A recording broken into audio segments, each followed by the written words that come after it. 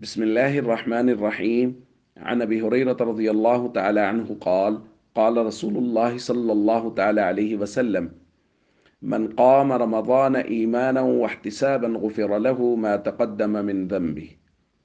رواہ البخاری۔ نبی کریم صلی اللہ علیہ وسلم نے ارشاد فرمایا: جس شخص نے رمضان المبارک کی راتوں کا قیام کیا ایمان کی حالت میں اور خالص نیت کے ساتھ، اس کے پچھلے گناہ بخش دیے گئے۔ دوستو، رمضان المبارک کی دو اہم عبادتیں ہیں: دن کا صیام اور رات کا قیام، یعنی دن کو روزہ رکھنا اور رات کو قیام کرنا۔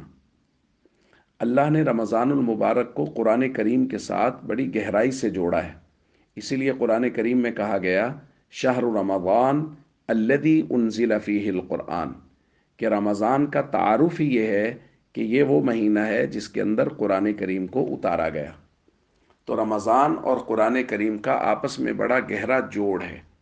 اسی وجہ سے ترغیب دی گئی ہے کہ اپنی راتوں کو قیام کے ساتھ، یعنی تلاوت قرآن کریم کو نماز میں اس کے ساتھ آباد کیا جائے، راتوں کو روشن کیا جائے اور قرآن کریم کی تلاوت کی جائے۔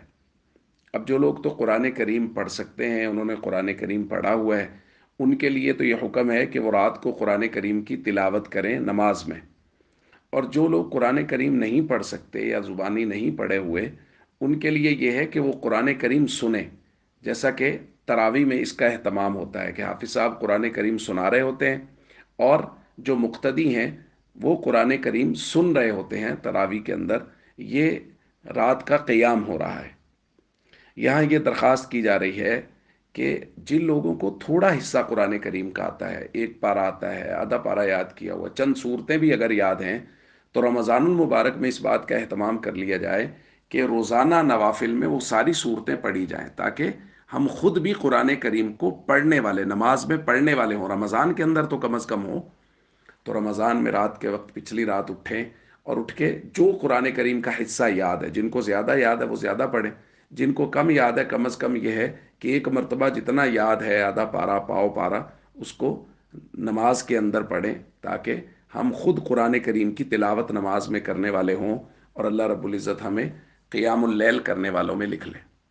السلام علیکم ورحمۃ اللہ وبرکاتہ۔